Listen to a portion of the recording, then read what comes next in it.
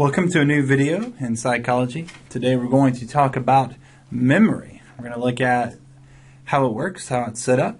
We're going to look at some of the flaws around memory and how our difficulties in perception can affect those traits.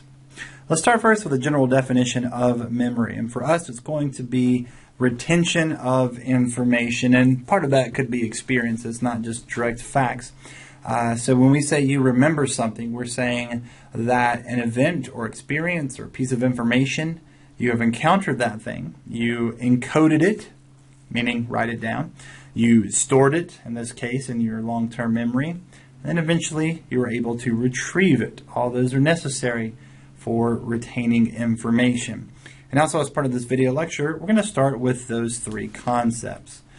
Encoding, as I said, means to write something down, so to speak, to find a home for this information. Now, sometimes this information is stored on purpose. You know, you are trying to study for a test and you're listening to your instructor and you're taking notes and you spend time trying to encode the information. Other times, memory is accidental. It just happens. You're in a place and you're driving down the road and a car exploded, and, you know, that's just a pretty broad and loud and exciting and scary event, and you're going to pay attention to that, and you're going to remember some bits and pieces about that experience. Now, regardless of whether you're writing things down intentionally or through this automatic process, know that memory requires attention. You must focus your energies in that direction. You might remember from a previous chapter we talked about selective attention, the idea that there are too many stimuli in this world for your brain to adequately pay attention to. So instead, it has to be selective. There's only so many sights and sounds we can process at one time. The example I gave you several chapters ago was the cocktail party phenomenon, the idea that you could be at a restaurant filled with people, and you will technically hear everyone talking, but it's really just background noise. Since you're not paying attention to it, you're not really picking up much of the details of the information. And since our attention is required for eventually creating what will be our memories, I have to remind you once again that our attention is not only a limited ability, a limited resource, but also when we try to divide that attention, to split that attention, or to do, as we say, multitask, we are actually greatly decreasing our chance of remembering information. And I know this flies in a lot of the face of what we, especially as a modern society, believe. I mean, I am a technology person. I love my computer and my phone, my video games. I love having multiple pieces of information, listening to music while I do something else, those kind of ideas. But do realize when you text in class, you have the TV going while you're working on your homework or studying, you will divide your attention. There's a point where your focus will shift from one to the other, and we can't always recover from that. Now let's assume that you are paying attention. Let's say you look out a window and a car drives by really quickly. There's different levels of encoding we could do. A more shallow processing is simply taking a few perceptual features. So that blur goes by my window and I'm like, I kind of got the shape of it. I saw some details like that look like tires, and I think I saw lights. So I'm going to say that's a car. You know, I got the very basic minimal features, but was able to at least process something. A more deeper level is called the intermediate process, and that's when we take all the pieces that we have and are able to construct a much more holistic representation to write down. So I can look out my window, see that car drive by, and say, I know that car. I know that. That's a Porsche. That's a Ferrari. That's a Bugatti. That's a Beamer. I know that car. I recognize enough of its features that I can create a more whole, complete image to process and to write down. But there is one more level of processing that's there, and it's actually called deep processing.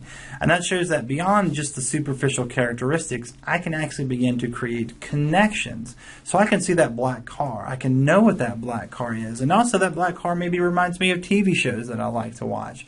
It reminds me of the time I went car shopping. It reminds me of my own car and things I need to do about my own car. So see what happened? I'm processing at a much deeper level. I'm linking things that already exist in my memory to this new piece of information.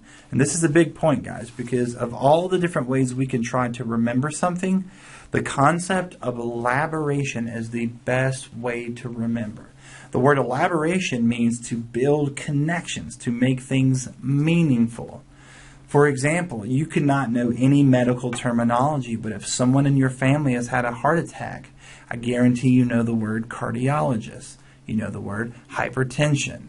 Okay? These are words that now mean something because they're easy to, or I should say they're easy to remember because they are meaningful to you. They're more than just their definition.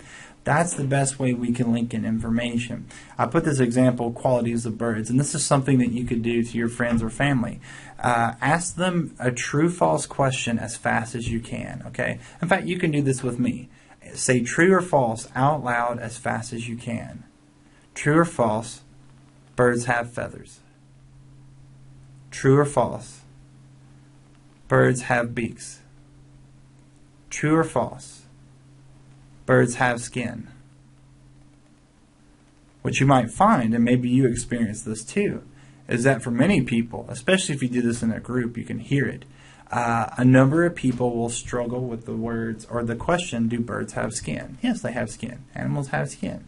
But that's such a strange concept to us because we haven't been building connections between birds and skin. Since I've grown up, I've heard about birds and feathers. I've drawn pictures of birds.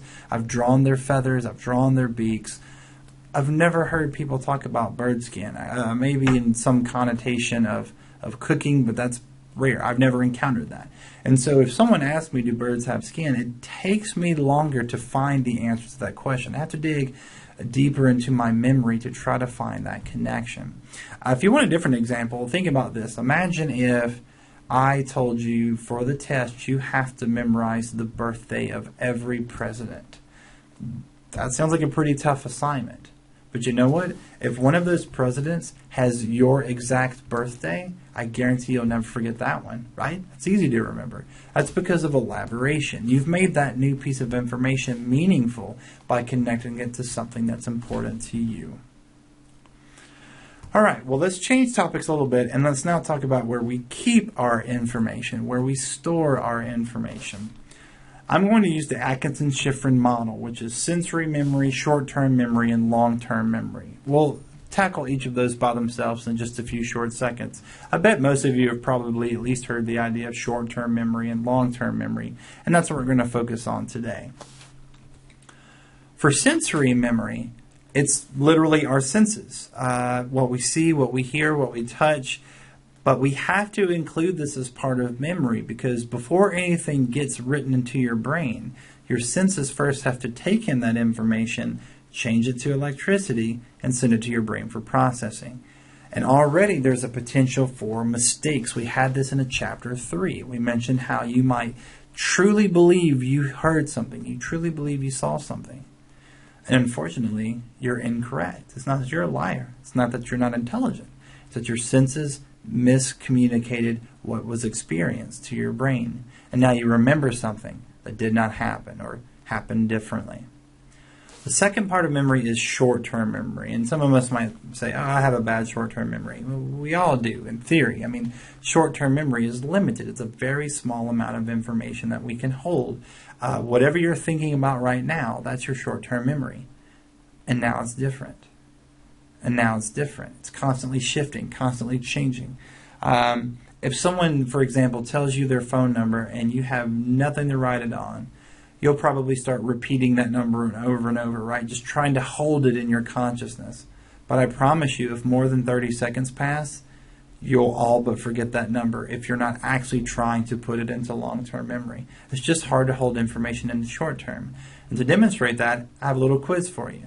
So on the next slide, I'm going to give you a list of single numbers, just a few of them. I'm going to give you one time through, so no cheating, no rewinding the video.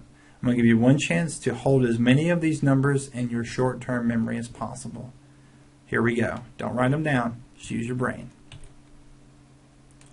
3, 6, 2, 7, 5, 9, 1, 0, 2. You have just a second? Okay, because remember this is short-term memory. Can you list them? Go. All right? It probably had some problems, right? Here's the list if you just want to see what you had a difficulty with. Why is this hard for many of us? I knew it would be. For most listeners of this video, for most students in my class, this is a very difficult task.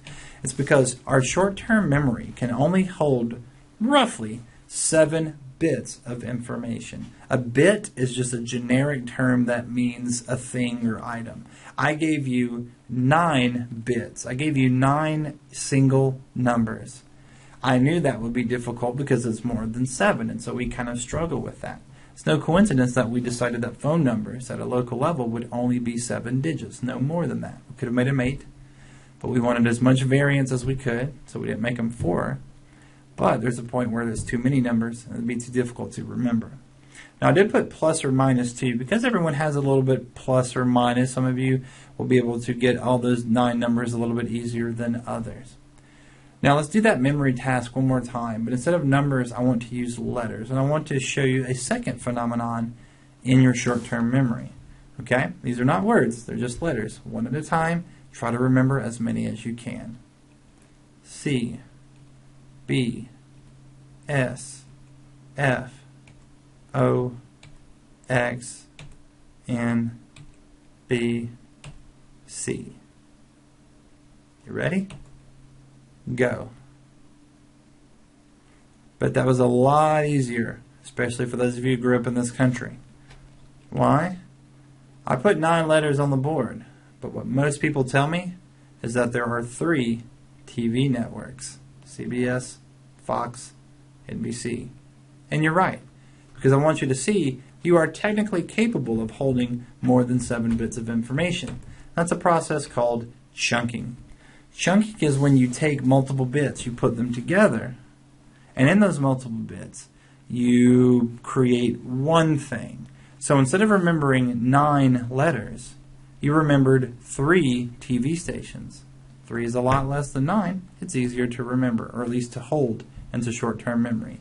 And for when things get out of hand, yes, we do start repeating things. It's called rote rehearsal. The idea that we're going to repeat information over and over, like that phone number, because you have nothing to write it down with. Okay? But do realize this is much weaker than elaboration. Simply exposing yourself to something over and over again, repeating things over and over again, reading the same notes over and over again, isn't necessarily the strongest way to remember things. And one last thing about short-term memory, sometimes we call it working memory. Working memory is just basically that idea that it's whatever you're working on this second.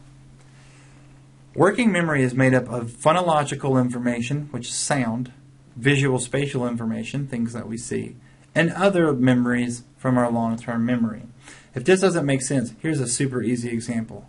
Follow my directions. I want you to think of a sandwich. Go. Think of a sandwich. You got it in your head? Well, I guarantee you're thinking about the word sandwich, or how it sounds or how it's spelled. I also guarantee you probably see a picture of a sandwich, right? And probably, for many of us, it's a specific sandwich. Maybe a sandwich we've had before, a sandwich that we like, is from a restaurant. That's other memories together. That's your working memory, all right now, what you're dealing with. All right, well, I'm going to stop the video here to take a break. Because when we come back, I want to explore long-term memory, specifically where we keep our stuff. We're going to look at different types of memories. You know, what you eat for breakfast is a different memory than all the days of the week, and that's a different memory from how to drive a car. So we're going to look at different types of memories. We'll look at how memories are encoded. We'll look at some of the connection points. And we'll start to move towards retrieving information. So we'll see you then.